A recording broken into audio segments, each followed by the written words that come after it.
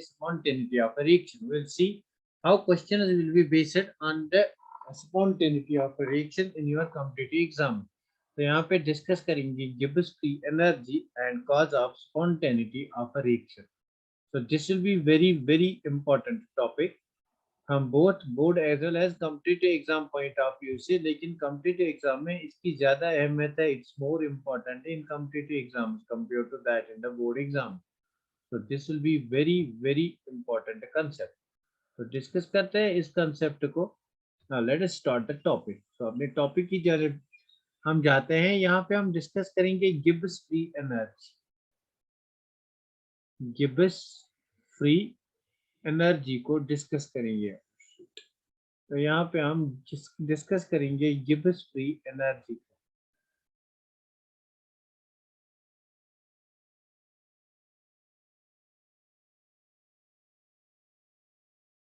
The topic is Gibbs free energy.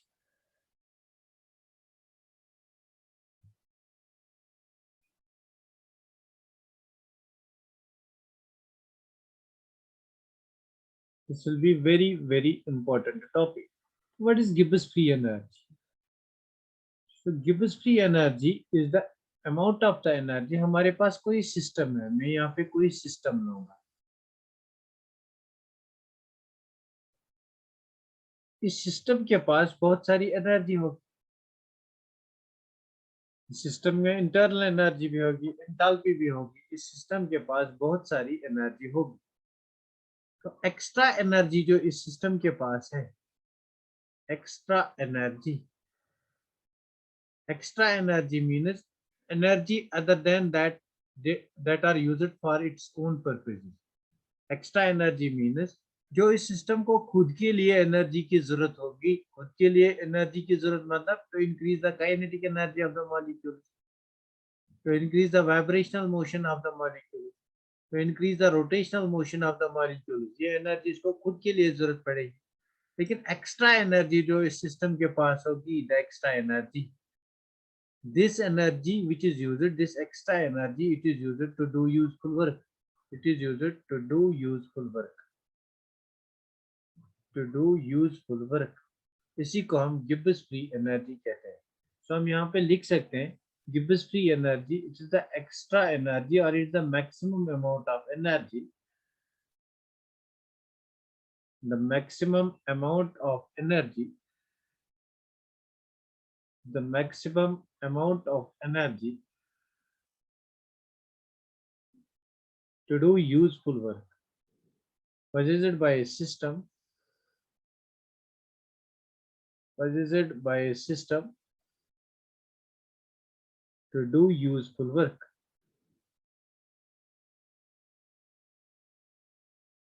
That's called Gibbs free energy. इसको हम G से denote करते हैं. तो यहाँ पे आप इस बात को ऐसे भी समझ सकते हो. फॉर एग्जाम्पल मेरे पास, for example I am having 1 lakh rupees. मेरे पास 1 लाख रुपए. तो आउट ऑफ दिस 1 लाख रुपए मुझे अपने ऐश आराम के लिए ओनली 70,000 रुपीज की जरूरत है. तो जो बाकी 30,000 रुपीज हैं, I can utilize them in doing useful work, means in charity functions. This is the useful work. I can utilize them in other functions and other possible ways. That's the useful work. So this amount of the energy, जो बची कुछ energy मेरे पास है, this is the Gibbs free energy. Means this is the extra energy, the extra amount which I have to do useful work. This is called a Gibbs free energy. तो Gibbs free energy को basically हम G से denote करते हैं. Mathematically this G is equal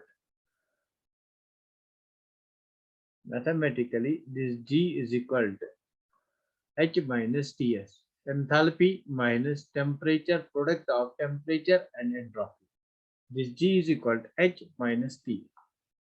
अगर हम इस equation की, let this be equation first, इस इक्वेशन के हम यहाँ पे डिफरेंशिएशन करेंगे. तो differentiation of G will be dG, differentiation of H will be dH, and what will be the differentiation of T and S? This is the product rule. तो यहाँ पे product rule लगेगा अगर इसकी differentiation करेंगे. तो product rule में पहले हम A को constant लेते हैं, दूसरे का differentiation करते हैं. Means अगर T को constant लेंगे will bring about differentiation of DS. Plus दूसरे को कांस्टेंट ले लो, इसकी डिफरेंशिएशन करो, मींस s को कांस्टेंट ले लो एंड डिफरेंशिएशन ऑफ t करो. So this is called product rule. Differentiation of one and take constant one, bring differentiation of other, take constant other, bring differentiation of other. तो यहाँ पे मैं लिखूंगा minus t into D S plus d into T S, तो sorry plus s into, तो मैंने t को constant लिया, डिफरेंशिएशन s की प्लस मैं यहाँ पे s को कांस्टेंट लूंगा, डिफरेंशिएशन t की करो. ना ये जो हमारी dg है, this is change in Gibbs free energy, this is change in Gibbs energy, this is change in Gibbs free energy, and this del H is change in enthalpy of the system. ना हमारी जो Gibbs free energy है, Gibbs free energy del G, it is defined at constant temperature and pressure. It is defined at constant temperature and pressure. Constant temperature and pressure. तो यहाँ पे इस equation में कहीं पे प्रेशर नहीं है, but temperature is there. So if temperature is constant, you can say that dt is equal to 0. तो इस इक्वेशन में पुट करो dt is equal to 0, this term will become equal to 0. So we can write over here dg is equal to dh minus tds. So this is the equation. This equation is known as Gibbs-Helmholtz equation. This equation is known as This equation is known as Gibbs-Helmholtz equation. This equation is known as Gibbs-Helmholtz equation. और ये जो equation है, this is very very important. तो यहाँ से हमें क्या मिलता है, जो हमारा डेल जी है, डेल जी मीन्स डी जी जो हमारा है, it is change in internal energy. So dg is the change in internal energy of a system, and dh is change in enthalpy of the system, ds is change in entropy of the system. तो यहाँ पे आप लिख सकते हो, this is change in free energy, this is change in enthalpy, and this is change in entropy of the system, and T is the temperature of the system. तो ये dg जो है, change in Gibbs free energy, it's a state function. तो next page पे जाता है, हम इस इक्वेशन को फिर से यहाँ पे लिखेंगे. see you are here, dg, I'll write dg is equal to dh minus tds. तो यहाँ पे dg है Gibbs free energy, change in Gibbs free energy, change in Gibbs free energy. और dh जो है, it is change in enthalpy of the system, it is change in enthalpy, and ds जो है, it is change in entropy, it is change in entropy, and T is temperature of the system, is temperature of system. तो यहाँ पे जो T है, it is temperature of the system, is temperature of the system. Now see, ये जो हमारे Gibbs free energy है, del G, or you can write dg, is a state function. It's a state function. Now what is a state function? इसका मैंने discussion किया है पहले वाले लेक्चर में. V depends upon initial and final states of the system. Therefore, del G will depend upon initial and final states. Initial and final states of the system. जो भी हमारी कोई स्टेट फंक्शन होती है, for cyclic process value of this state function is equal to 0. Therefore, del G for cyclic process is equal to 0. Del G for cyclic process is equal to 0. For any cyclic process, state function is equal to 0. तो यहाँ पर general concept भी लगा सकते हो. For any cyclic process,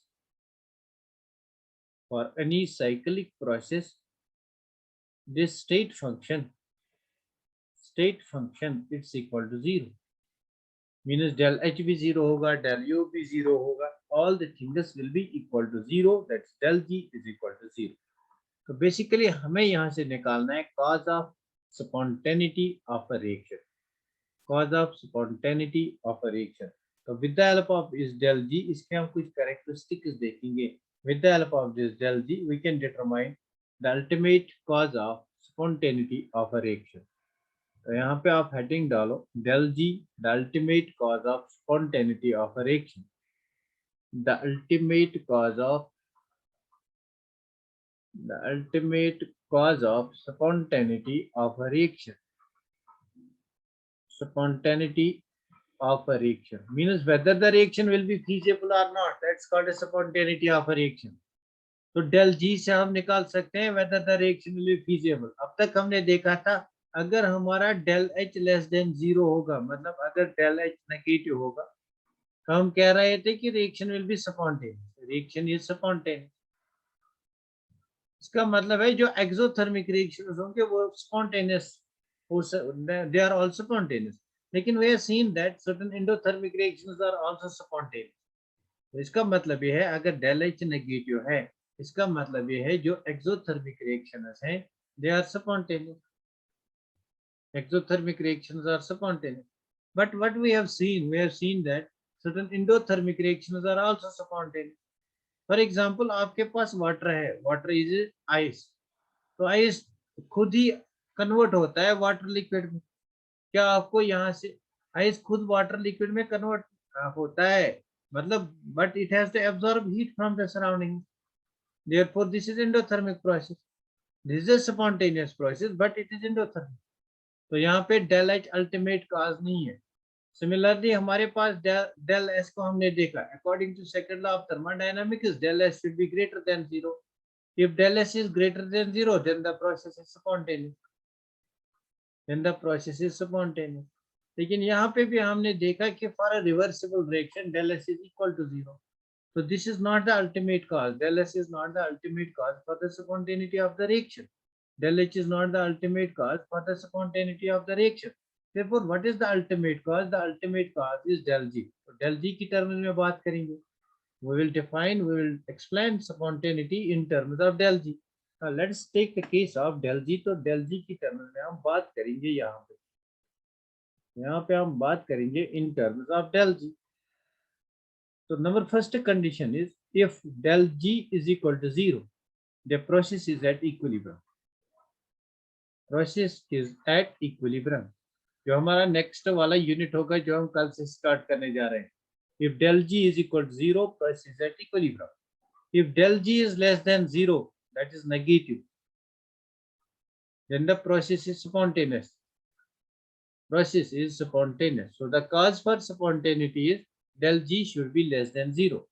तो हमारी process, हमारी रिएक्शन तभी स्पॉन्टेनियस होगी when del g is less than 0, that is it should be negative. So for a reaction to be spontaneous, del g should be negative.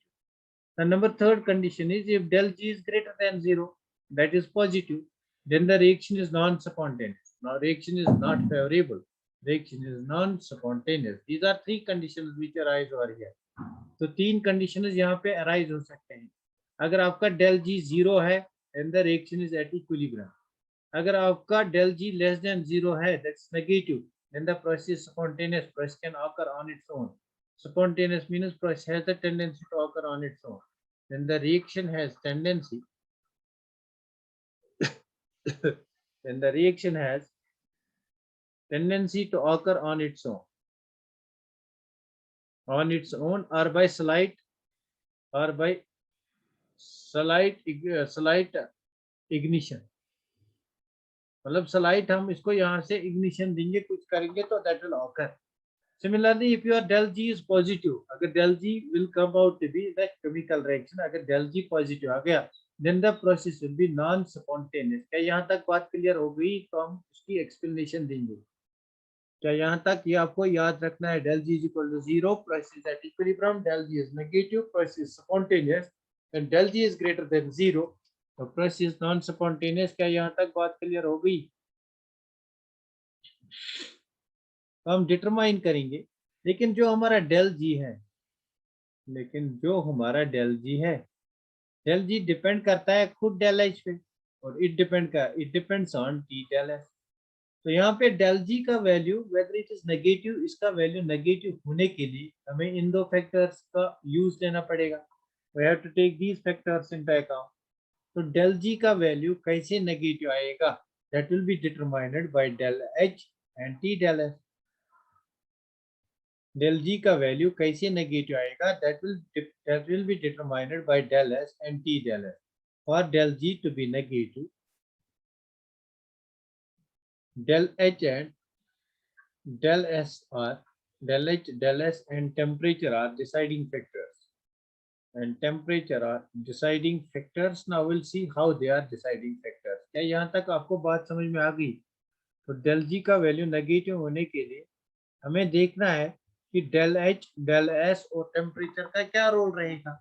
अगर del h, del s और temperature, they will determine whether our del g is negative or positive, because our del g can be negative with the help of temperature. तो temperature का use लेना है, तो del H का use लेना है, del S का use लेना है, तब जाके हमारा डेल जी पॉजिटिव या नेगेटिव होगा. फॉर एग्जांपल मैं यहाँ पे कहूँगा, अच्छा लेट अस टेक कंडीशन. तो फॉर एग्जांपल मैं यहाँ पे कंडीशन लूँगा, यहाँ पे मैं डेल एच लूँगा, यहाँ पे मैं डेल एस लूँगा, यहाँ पे मेरा डेल जी होगा. For spontaneous reaction del G should be negative. तो डेल जी कैसे नेगेटिव आएगा? It will be determined by the value of del H and del S. तो यहाँ पे मैं लिखूंगा डेल जी जो है, this del G is equal to del H minus T del S. ना सी पहली वाली कंडीशन, फेवरेबल कंडीशन की बात करेंगे. अगर मेरे पास डेल एच नेगेटिव होगा एंड डेल एस मेरे पास पॉजिटिव होगा, डेल एच नेगेटिव होगा, डेल एस पॉजिटिव होगा, तो इस इक्वेशन में देखो यहाँ पे del G is equal, del H मेरे पास नेगेटिव है और डेल एस मेरे पास पॉजिटिव है, मीन्स टी इंटू पॉजिटिव. तो यहाँ पे इसका वैल्यू नेगेटिव आएगा. Negative into positive is equal to negative temperature. तो नेगेटिव और नेगेटिव को ऐड करके हमें नेगेटिव मिलेगा. तो in this case del G will be negative. So this is the favourable condition. This is favourable condition. तो इस फेवरेबल कंडीशन में अगर आपका डेल एच नेगेटिव होगा, अगर आपका डेल एस नेगेटिव होगा, तो del G will always be negative. It will be always be negative. del g will always be negative, always negative. अगर ये always negative है तो process is spontaneous. In this case the process is spontaneous at all temperatures. The process is spontaneous at all temperatures. क्या ये बात आपको समझ में आ गई? एक बार फिर इस बात को मैं यहाँ से एक्सप्लेन करूंगा. मेरे पास डेल जी है, इट्स इक्वल, बिकॉज यही तो कॉम्पिटिटिव एग्जाम में आता है, it's equal to del H minus T del H. तो मैं कहता हूँ अगर डेल जी नेगेटिव है, फॉर एग्जांपल इट इज -10, तो डेल एस अगर पॉजिटिव है, for example it is T into it is +20. तो यहाँ पे इसका वैल्यू लगा -10 plus into minus, that's -t/20. तो बेसिकली आप टेम्परेचर को फॉर एग्जांपल यहाँ पे 0 डिग्री सेंटीग्रेड ले लो, therefore it will be 273 Kelvin. तो यहाँ पे मुझे आएगा -10 minus 0, 2 3 are 6, 2 7 are 2 3 are 6, 2 7 are 14, 2 2 are 4 1 5. Overall अगर दोनों को ऐड करेंगे तो value will come out to be negative. If del G comes out to be negative, process spontaneous. तो अगर आपके पास डेल एच नेगेटिव होगा, डेल एस पॉजिटिव होगा, process will be spontaneous at all temperatures. क्या ये बात आपको समझ में आ गई? Have you got this thing? क्या ये बात आपको समझ में आ गई? बेसिकली एग्जाम में पूछा जाता है, कॉम्पिटिटिव एग्जाम में पूछा जाता है, हर एग्जाम में पूछा जाता है. क्या ये बात आपको समझ में आ गई? Have you got this? Very nice, very nice Mahak ji, very nice Asma, very nice seam, very nice. तो नंबर सेकंड कंडीशन हम लेंगे. अगर हम डेल एच को और डेल एस, यहाँ पे हमारा डेल जी है, del G is equal to del H minus T. अगर हम नेक्स्ट केस में डेल एच को पॉजिटिव लेंगे, अगर डेल एच को पॉजिटिव लेंगे और डेल एस को नेगेटिव लेंगे, तो tell me what will be the value of del G. Del G will be equal to, del H क्या लिया? पॉजिटिव, तो दिस इज पॉजिटिव. और डेल एस क्या लिया? Negative, and this will be minus into T into negative. Negative into negative is equal to positive, so this will be positive, this will be positive. Positive into positive is equal to positive. तो आपका del g every time यहाँ पे क्या आएगा? Positive.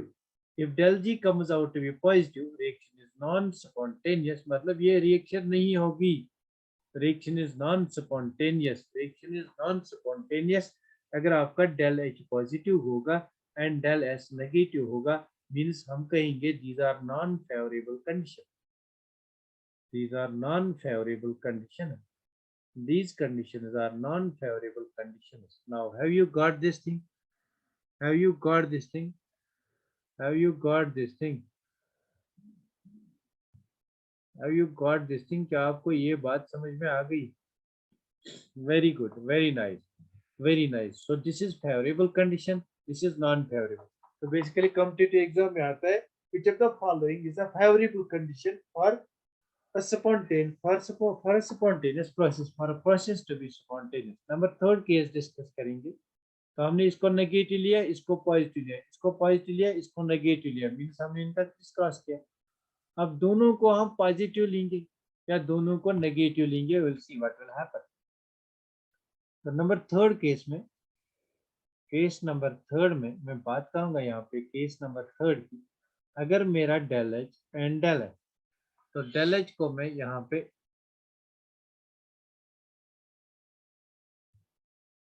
अरे यार who is this, if both are taken positive then it's favorable. चलो okay, will see क्या होगा, हम इसका एक्सप्लेन करेंगे. Very good math, will see. तो अगर हम दोनों को पॉजिटिव लेंगे, अगर हम दोनों को पॉजिटिव, चलो पहले दोनों को नेगेटिव लेंगे. This is negative, del H is negative and del S is negative. इसको भी नेगेटिव ले लो, इसको भी नेगेटिव ले लो.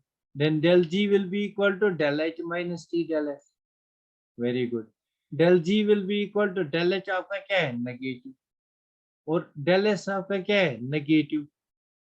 Del G will be equal to del H ये नेगेटिव है, minus T del S, minus T into del S भी आपका नेगेटिव है.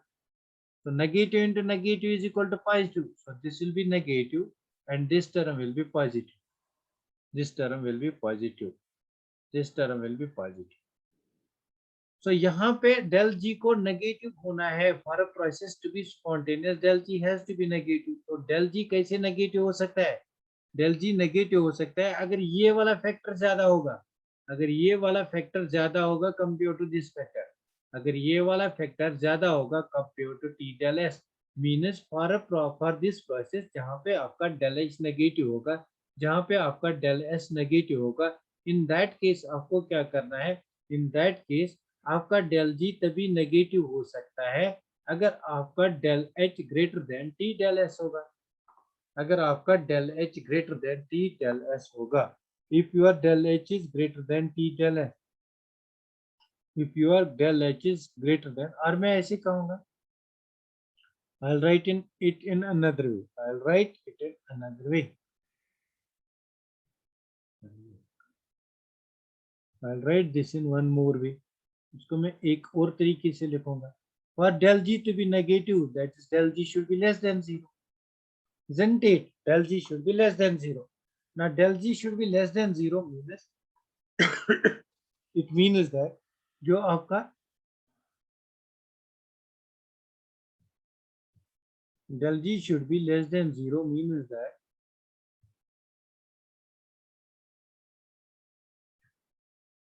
now del g should be less than 0. Del g is equal to del h minus t del s.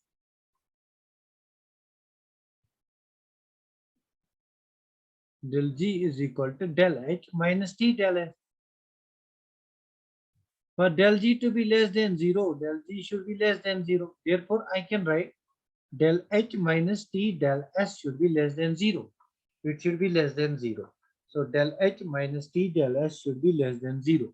और t del s यहाँ पे negative है, तो आप लिख सकते हो t del s should be greater than del h. तो del h को आप यहाँ लाओ, t del s should be greater than del h. आपका t del s यहाँ पे ज्यादा होना चाहिए compare to del h for the process to be spontaneous. t del h should be greater than, t del h should be greater than del s. t del h should be greater than, t del s should be greater than del h. तो यहाँ पे temperature देखो, temperature should be greater than del h divided by t, del h divided by del h. तो मतलब कहने की बात यह है, अगर हमारे पास डेल एच नेगेटिव होगा, therefore del H is del G is equal to negative, और अगर डेल एस भी नेगेटिव होगा minus T into negative, so negative negative positive हुआ, this is negative, this is positive. Positive into negative will be negative, it will be negative when this thing will be very high. अगर ये ज्यादा होगा, या in this case if your temperature is very low, अगर temperature low होगा, so temperature has to be low, process will be spontaneous at low temperature, और del H का magnitude जो होगा it should be greater than that of del H, और we can say that temperature has to be low. क्या ये बात आपको समझ में आ गई? Have you got this thing? Have you got this thing? I'll take one more example. Have you got this thing? I'll take one more example. We both are taken to be positive. Now see, मैक अगर हम दोनों को positive लेंगे, यहाँ पे del H है, यहाँ पे डेल एस है, इसको भी पॉजिटिव ले लो, इसको भी पॉजिटिव ले लो. Then for this process to be spontaneous, we know that del G is equal to del H minus T del S. तो यहाँ पे del G को नेगेटिव होना है. del G कैसे नेगेटिव होगा? We'll see. तो हम लिखेंगे del G is equal to del H आपका पॉजिटिव है, take this पॉजिटिव, और del S भी आपका पॉजिटिव है, minus T into positive. Now T into positive is equal to negative, so this will be equal to positive minus negative. तो ये जो term है, इस टर्म को ज्यादा होना पड़ेगा. ये टर्म कैसे ज्यादा होगी? जब टेम्परेचर ज्यादा होगा, इस टर्म को ज्यादा होना पड़ेगा. So we can say that del G will be negative if our TdS term is greater than, अगर इसका मैग्नीट्यूड ज्यादा होगा देन del H, उसका मैग्नीट्यूड अगर ज्यादा होगा देन del H. शायद मैंने यहाँ पे गलत लिखा. if our यहाँ पे if del H is greater than means this is less than, so if our TdS term, इसका मैग्नीट्यूड ज्यादा होगा, इसका मैग्नीट्यूड ज्यादा होगा एट हाई टेम्परेचर. therefore अगर यहाँ पे आप टेम्परेचर को इंक्रीज करोगे, यहाँ पे अगर आप टेम्परेचर को इंक्रीज करोगे del H minus T del S, अगर आप टेम्परेचर को इंक्रीज करोगे तो इसका वैल्यू बढ़ेगा. अगर इसका वैल्यू बढ़ गया तो नेगेटिव टर्म ज्यादा हो जाएगी. अगर नेगेटिव टर्म ज्यादा हो जाएगी, del G will come out to be negative. क्या ये बात आपको समझ में आ गई? The process will be spontaneous at high temperature. This process will be spontaneous at high temperature. Tell me, आपको ये बात समझ में आ गई? अब मैं आपको इसके ट्रिक्स बताऊंगा, अगर आपको ये बात समझ में आ गई. Very good, very nice. तो let us see one more important thing over here. यहाँ पे मैं आपको ट्रिक बताऊं, इसको कहते हैं हम थर्मोडायनामिक स्क्वायर. मैंने थर्मोडायनामिक्स को खत्म किया. आपको याद रखना है, यहाँ पे S एंट्रोपी, यहाँ पे S, यहाँ पे P, यहाँ पे T, यहाँ पे V. तो मैं यहाँ पे एक स्क्वायर बनाऊंगा SPTV. तो इसको कहते हैं सत्या प्रकाश वेरी टैलेंटेड. इसको कहते हैं Satya Prakash very talented. SPTV आपको याद रखना है. Now what is this SPTV? ये आपको याद रखना है. मैंने एक स्क्वायर यहाँ पे बनाया. इस स्क्वायर को हम थर्मोडायनामिक स्क्वायर कहते हैं.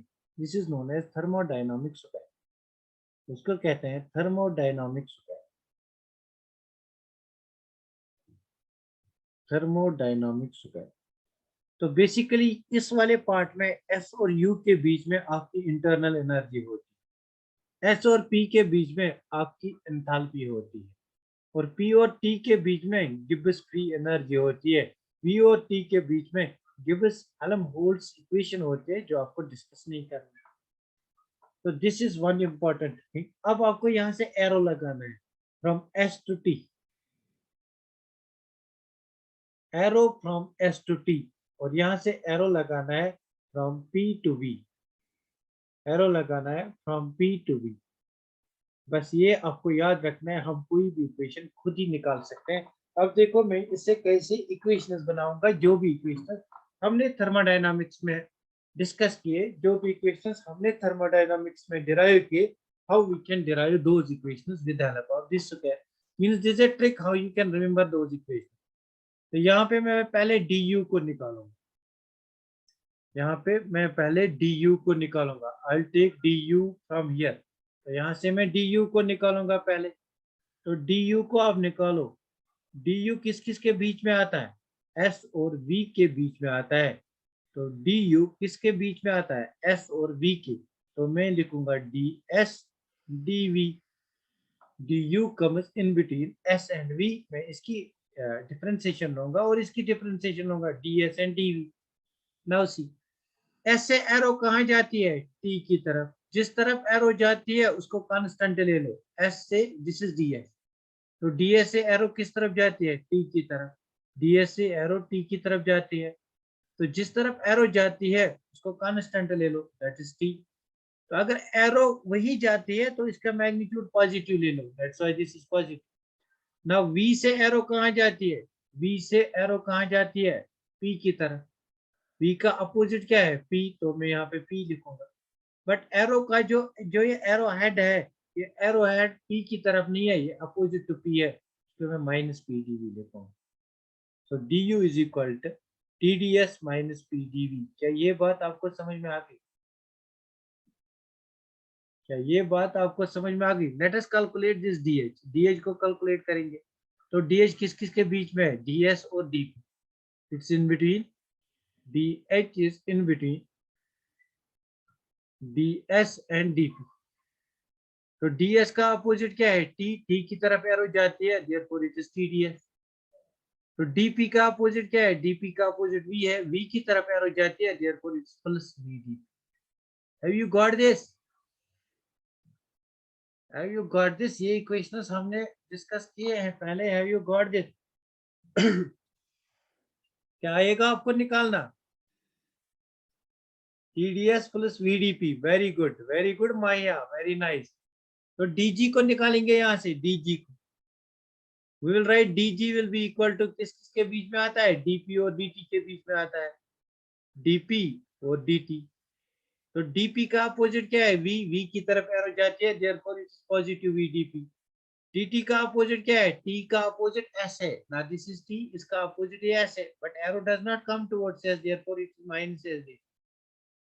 Have you got it? तो dA को यहाँ से निकालो, dA will be equal to dv और dt, dv plus dt। तो यहाँ से dv का अपोजिट क्या है, p, p की तरफ एरो नहीं जाते हैं, therefore it is minus p। Similarly dt का अपोजिट क्या है, s, s की तरफ एरो नहीं जाते हैं, therefore it is minus s dt। तो यहाँ से आपने ये बात सीख ली, क्या ये बात आपको अंडरस्टैंड हो गई। Very good, very nice, very nice. अच्छा मुझे एक बात बोलो, अगर आप और ट्रिक्स सीखना चाहते हो, बिकॉज ये यूनिट का लास्ट लेक्चर है, तो आपको और 10 मिनट मेरे साथ देने होगी। Are you ready, are you ready, क्या आप 10 मिनट और दे सकते हो, मतलब क्या आप और 10 मिनट दे सकते हो अभी। It's interesting, very good, everything is interesting, I will make it more interesting अगर आप और 10 मिनट यहाँ पे दोगे। तो यहाँ पे एक्चुअली यहाँ पे हमने सीखा कौन सी इक्वेशन को हम कैसे डिफाइन करेंगे, कैसे हम एक्सप्रेस करेंगे, D U, D H, D G, D A. अगर एग्जाम में आएगा D U is equal to, बस आपको स्क्वायर बनाना है, S P T V. Satya Prakash very talented, यहाँ D U, D H, D G, D A. तो यहाँ से आप निकालोगे डी यू किसके बराबर है, डी एच किसके बराबर है, डी जी किसके बराबर है, डी ए किसके बराबर है। तो नेक्स्ट में अभी मैं इसको डिस्कस करूंगा, इसके बेसिस पे स्पॉन्टेनिटी क्राइटेरिया, इसके बेसिस पे अभी मैं आप P, this is T, this is V. तो एक बार आप खुद से इसको फिर ट्राई करना, यू विल गेट थ्रू। यहाँ से एरो टी की तरफ, यहाँ से एरो वी की तरफ। तो इनके बीच में आपका डी यू है, इनके बीच में डी एच है, इनके बीच में डी जी है, और इनके बीच में, इसके बीच में डी ए है। तो यह सब एक और बात निकाल सकते हैं ना, कौन सी बात निकाल सकते हैं, मैंने कहा था क्राइटेरिया फॉर स्पॉन्टेनिटी, और मैं यहाँ पे लिखूंगा what is the criteria for spontaneity. तो मैंने अभी कहा था आपको criteria for spontaneity, del g should be less than 0, but we know that del g is equal to del h minus t del s। Therefore if del g should be less than 0, del h minus t del s should be less than 0। This is again important, but what will happen if we talk about spontaneity in terms of these things, del U, del H, del G, del A. So if we talk about spontaneity in terms of these things, how we can do it? Now see, हमारे पास du है, हमारे पास du है, तो du किस किस के बीच में है? इंट्रोफी और वॉल्यूम के बीच में है। du इंट्रोफी और वॉल्यूम के बीच में है।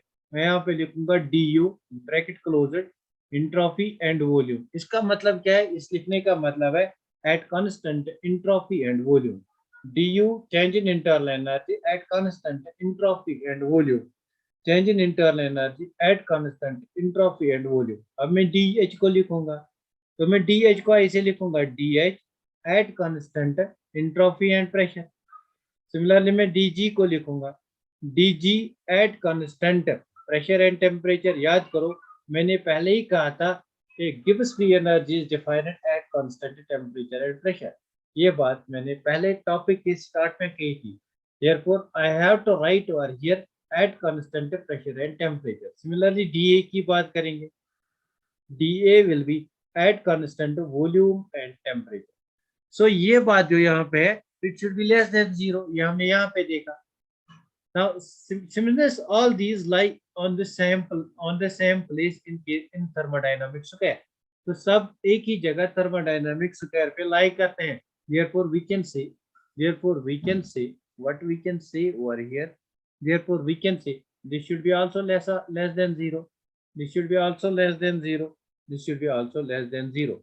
This is again the cause of spontaneity. This is again the cause of spontaneity. This is again the cause of spontaneity. This is again the cause of spontaneity. क्या ये बात आपको समझ में आ गई? क्या ये बात आपको समझ में आ गई? जहां आप पढ़ोगे वहां पे आपको सिर्फ ये बात पढ़ाएंगे, लेकिन ये मैं आपको एक्स्ट्रा पढ़ा रहा हूं। क्या ये बात आपको समझ में आ गई? del G should be less than 0 for spontaneity. It should be less than 0 for spontaneity. Therefore, del A should be less than 0. Therefore, this should also be 0. Therefore, this should also be 0. Therefore, this should also be 0. क्या ये बात आपके दिमाग में पड़ गई? पल्ले पड़ गई ये बात? Very nice, very nice, very nice guys, very nice. तो ये बात आपकी समझ में आ गई। तो अगर हम बात करेंगे इंट्रॉफी की टर्म्स में, अगर हम बात करेंगे इंट्रॉफी की टर्म्स में, बिकॉज यहाँ पे इंट्रॉफी एक है, तो ये वाला जो पॉइंट यहाँ पे है, इनके केस में ग्रेटर देन 0 लिखा होता है। In terms of entropy greater than 0, तो इंट्रॉफी एक है यहाँ पे वेरिएबल जिसको हमें डिस्कस करना है। तो आप लिख सकते हो यहाँ पे one more point, in terms of entropy D S at constant. Entropy किस किस के बीच में आता है? इंट्रॉफी किस किस के बीच में आता है? एच और पी के बीच में आता है। इंट्रॉफी को यहाँ से घेरे हुए है, यहाँ से इंट्रॉपी को घेरे हुए है H और P, यहाँ से इंट्रॉपी को घेरे हुए है U और B। तो हम लिखेंगे entropy at constant H and P and entropy at constant U and V, they should be greater than 0। अब इस बात को कैसे याद रखेंगे? बिकॉज ये सेम प्लेस पे नहीं है, that's why it should be greater than 0। क्या ये बात आपको समझ में आ गई? These are the cause of spontaneity. These are the conditions for spontaneity. क्या ये बात आपको समझ में आ गई? These are the conditions for spontaneity. तो अगर आपको ये बात समझ में आ गई, मैं आपको और तक समझाऊंगा यहाँ पे। अगर आपको ये बात समझ में आ गई, टेल मी, आपको ये बात समझ में आ गई? Very good, very good, very nice. तो सी, यहाँ पे हम और इक्वेशंस डिराइव कर सकते हैं, डेरिवेशंस ऑफ अदर इक्वेशन। तो सी, यहाँ पे मैं क्या करूंगा, इस इक्वेशन डी एस को, यहाँ से एस को उठाऊंगा और यहाँ से वी को उठाऊंगा। तो इनका डिफरेंशियल ले लो, this will be D S by D V. इनका रेशियो ले लो, this is D S by D V, D S by D V. तो एस के आगे क्या है? P, D S by D V. S के आगे पी है, वी के आगे टी है, मीन्स एस के आगे पी है, I will write it, D S के आगे पी है, I will write is equal to D P, V के आगे टी है, is equal to D T. तो ये मेरे पास एक और इक्वेशन बन गई, D S by D V is equal to D P by D T. मतलब ये और ये, इनका ratio is equal to ratio of this side. Ratio of this and this, इनके रेशियो S एंड V के ratio is equal to ratio of P and V। तो अब यहाँ पे कॉन्स्टेंट क्या लेंगे, यहाँ पे कॉन्स्टेंट भी लेना पड़ता है। जो डिवाइड में आएगा उसके सामने जो है उसको कांस्टेंट दे दो। डिवाइड में dv है, dv के सामने t है, इसको कांस्टेंट t ले लो। डिवाइड में dt है, dt के सामने यहाँ पे v है, तो v को कांस्टेंट ले लो। सिमिलरली अगर मैं बनाऊंगा इक्वेशन, मुझे इक्वेशन बनानी है, मुझे बता ds बाई dp किसके बराबर होगा, ds बाई dp किसके बराबर होगा? Very good, tell me, ds by dp किसके बराबर होगा? Yes sir, very good, ds by dp किसके बराबर होगा? ds बाई dp, ds के बदले में यहाँ पे क्या लिखूंगा, s का अपोजिट क्या है, v, तो यहाँ पे मैं dv लिखूंगा। मैं ये साइड लेता हूँ, मैंने इस साइड को लिया, this side will be equal to, तो this side will be equal to this side, तो यहाँ पे ds by dp is equal dv by dt।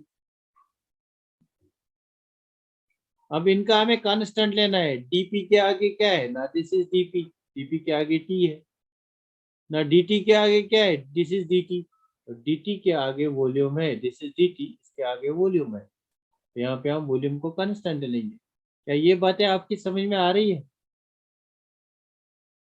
dv by dt, very good very good very nice. तो नाइदा आपको बात समझ में आ रही है, very good, you are getting it. तो अगर मैं यहाँ पे लिखूंगा, अच्छा ये काम तो खत्म हो गया।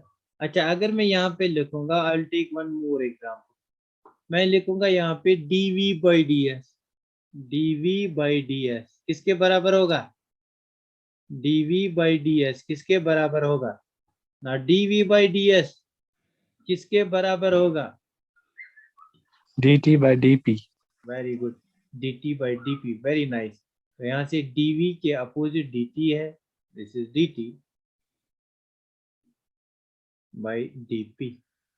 तो यहाँ पे कांस्टेंट लेना है, ds के आगे क्या है, p, constant will be p, dp के आगे क्या है, t, constant will be t। Have you got it? Now I hope आपको ये समझ में आया होगा, दीज वर सर्टेन ट्रिक्स। तो किसी भी इक्वेशन को आप कैसे याद रखोगे, this is everything lies in the thermodynamics square, everything lies in thermodynamics square. I hope आप इसको एक बार फिर ट्राई करोगे, ट्राई दिस वंस मोर, एक बार आपको एक दो बार आप घर में ट्राई करना, गेट थ्रू इट। तो यहाँ पे हमारी थर्मोडायनामिक्स खत्म होती है। Next we will start, next we will start equilibrium और ऑर्गेनिक। तो आप मुझे कंफर्म करो, क्या ऑर्गेनिक स्टार्ट करेंगे या इक्विलिब्रियम को पहले, लास्ट लास्ट टॉपिक को फिजिकल केमिस्ट्री का खत्म करेंगे?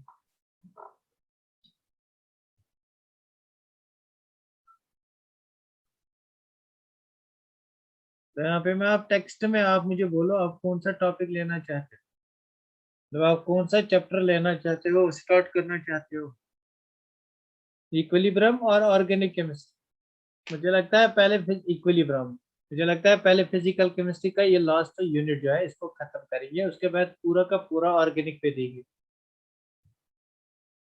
पूरा साल फिर ऑर्गेनिक पे देंगे, उसमें क्वेश्चन बहुत ज्यादा करते हैं। So will start over here, equilibrium खत्म करेंगे पहले, वेरी गुड, हाँ वही खत्म करेंगे, बहुत इंपॉर्टेंट है इक्विलिब्रियम। तो यहाँ पे हम स्टॉप करेंगे, I am going to stop over here. Thanks for being with me and thanks for watching.